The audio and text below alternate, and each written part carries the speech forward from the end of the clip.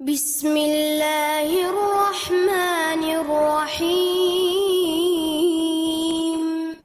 Lanjut.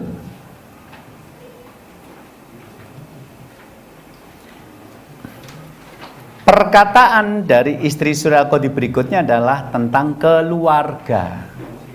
Dia mengatakan kaifa mahabbatuka li ziyaratil ahli.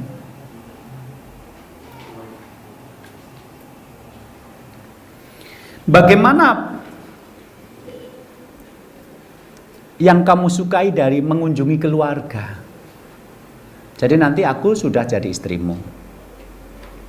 Tapi aku kan bukan langsung lahir gitu loh. Aku punya ayah, punya ibu. Dan untuk mendidikku sampai sekarang jadi solehah itu, mereka sudah mengeluarkan uang banyak, mungkin puluhan sampai ratusan juta. Apalagi yang di Jakarta seperti ini. Sekolah TK saja sekali masuk nggak cukup 2 juta, 3 juta uang masuknya. Belum SPP-nya, belum antar jemputnya. Itu baru TK, SD, SMP, SMA, kuliah, selesai. Itu kalau dikalkulasi bisa sampai ratusan juta loh itu. Terus tiba-tiba sekarang nikah dengan laki-laki, terus laki-laki itu ngomong, pokoknya kamu sekarang harus tunduk sama suami, nggak usah pulang ke rumah. Ada loh sampai 5 tahun nggak berkunjung ke rumah mertuanya. Si istri kemudian hubungi saya, gimana Ustaz? Saya sudah 5 tahun menikah, tapi saya belum pernah mudik ketemu sama orang tua. Ketika saya ngomong sama suami, dia mengatakan, kamu harus taat sama suami. Terus yang diceritakan adalah riwayat sahabat yang ditinggal pergi istrinya, terus bapaknya meninggal dunia, sampai nggak bisa takziah sama bapaknya meninggal, karena sudah janji sama suaminya tidak akan keluar rumah itu. Tetapi coba perhatikan, bagaimana pendapatmu tentang kunjungan keluarga?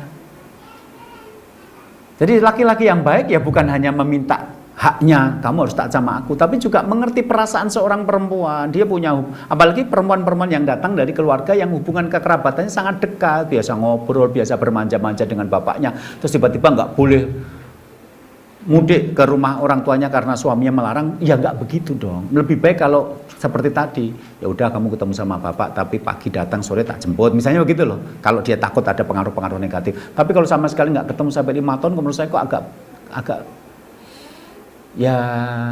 agak over, maksud saya. Ya nggak seperti itu. Tapi di sini jawabannya surah Al-Qadi adalah ma'uhibbu an yamiluni ashari. Saya nggak suka kalau mertuaku nanti jadi bosan. Kan saya seorang qadi nih ceritanya, hakim agung. Tentu saja kan akan banyak kesibukan menyelesaikan masalah-masalah. Nah takutnya kalau nanti mertuanya pas datang, terus pas sibuk sehingga tidak bisa melayani mertua dengan baik. Jadi saya suka mertua datang, tapi jangan sering-sering. Takutnya kalau sering nanti dia bosan karena di rumah saya tidak bisa melayani dengan baik, sedang banyak kesibukan. Tapi berkunjung atau dikunjungi keluarga ini termasuk yang dibicarakan di malam pertama loh, hebat kok enggak gitu. Sampai di sini cerita surah Al-Qadi dengan istrinya sudah selesai. Coba Anda bayangkan, kejadiannya sudah ratusan tahun yang lalu, dan ternyata tema-temanya kalau kita kulik masih relevan, karena memang inilah pembangunan keluarga itu. Yang maju kan cuma handphonenya, teknologinya, tapi manusia dengan manusia menghubungkan hati dapat sakinah itu sampai kapanpun kan prinsipnya tetap sama sih sebenarnya gitu loh. Dan ini diomongkan di malam pertama.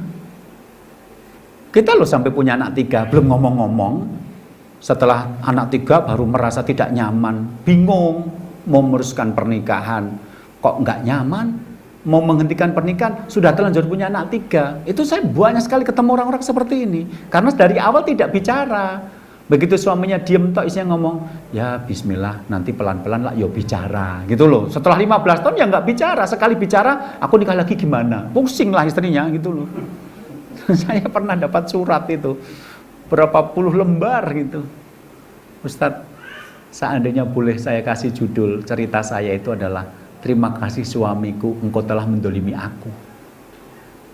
Ini perempuan ini cantik, terkenal, yang menyukai dia banyak, dosennya suka dia, teman kuliahnya suka dia, orang-orang desa suka dia, cantik, pinter. Tapi waktu itu dia baru kenal ngaji. Karena baru kenal ngaji, dia pengennya dapat suami orang pengajian. Maka begitu ada laki-laki datang, dia langsung mengiyakan. 2-3 hari langsung mengiyakan. Ya, awalnya pilihan ini ditentang oleh keluarga. Hanya mereka menjalani pernikahan, nah suami ini secara ekonomi kurang mapan, si istri ini membantu jualan di rumah agar cukup. Dan dia harus berpura-pura ketika pulang ke rumah, ketika orang tuanya nanya gimana rumah tangga, ya alhamdulillah bahagia dan macam-macam, agar dia tidak seperti orang yang salah milih gitu loh. Tapi akhirnya suami saya itu sangat sibuk Ustaz, seringnya pagi-pagi sudah keluar, pulangnya malam. Dan selama itu saya mencoba memahami, dia memang sibuk dalam dakwah, aktivis dakwah, saya coba memahami. Cuma kadang-kadang saya merintih, kenapa? Karena kesempatan bicara tidak ada. Dan kadang-kadang godaan datang ketika saya sedang sama suami sedang jauh jaraknya, tidak ada pembicaraan. Ternyata yang suka, yang dulu suka itu suka goda-goda gitu loh. Masih WA-an, masih nanya-nanya gitu loh. Seolah-olah memberi harapan kalau aku percaya dengan suami, dia langsung bisa menerima gitu loh. Nggak dapat perawanmu ya jandamu lah gitu. Yang penting kan kamu, bukan statusmu kan. Dan disitulah ujian iman tuh berat. Sampai suatu hari suami saya ngomong, "Dek, malam nanti aku mau bicara." Saya bahagia banget. Kenapa? Karena dia sudah bertahun-tahun nggak ngajak bicara. 15 tahun pernikahan itu jarang ngajak bicara. Saya pikir dia baru habis ngikuti pengajiannya Ustadz Trias Morota Keluarga Sakinah, nanti malam mau dialog gitu loh. Begitu habis isya mau ngomong apa Mas? Gimana kalau aku nikah lagi? Lemes saya. Gitu langsung saya nulis surat ini kepada Ustadz. Terima kasih suamiku, kau telah mendolimi aku. Kayak yang dinikahi apa? Karyawannya sendiri.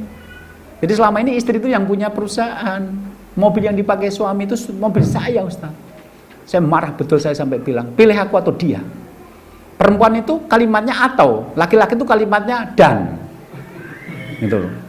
Jadi perempuan pilih aku atau dia, suami bilang pilih kau dan dia, gitu loh. Jadi kesukaan perempuan itu atau, kesukaan laki-laki itu dan, gitu loh. Akhirnya karena istrinya ngancem, pokoknya kalau pilih dia pergi dari rumah, ini rumah saya, tinggalkan mobil, itu mobil saya. Hanya ya mau nggak mau, tetap dicerai yang kedua ini. Sementara yang kedua kan juga marah-marah, kalau buat mainan kayak gitu buat apa? Milih minyak kayu putih aja nggak boleh coba-coba, masa istri dicoba dulu kalau nanti cocok diteruskan, kalau nggak dikembalikan, masa gitu. Saya kan konsultan, yang datang ke saya kan bukan cuma istri pertama, istri kedua jadi korban kecerobohan juga datang ke tempat saya kan. Gitu akhirnya. شكرا يا ربي شكرا هديت قلبي شكرا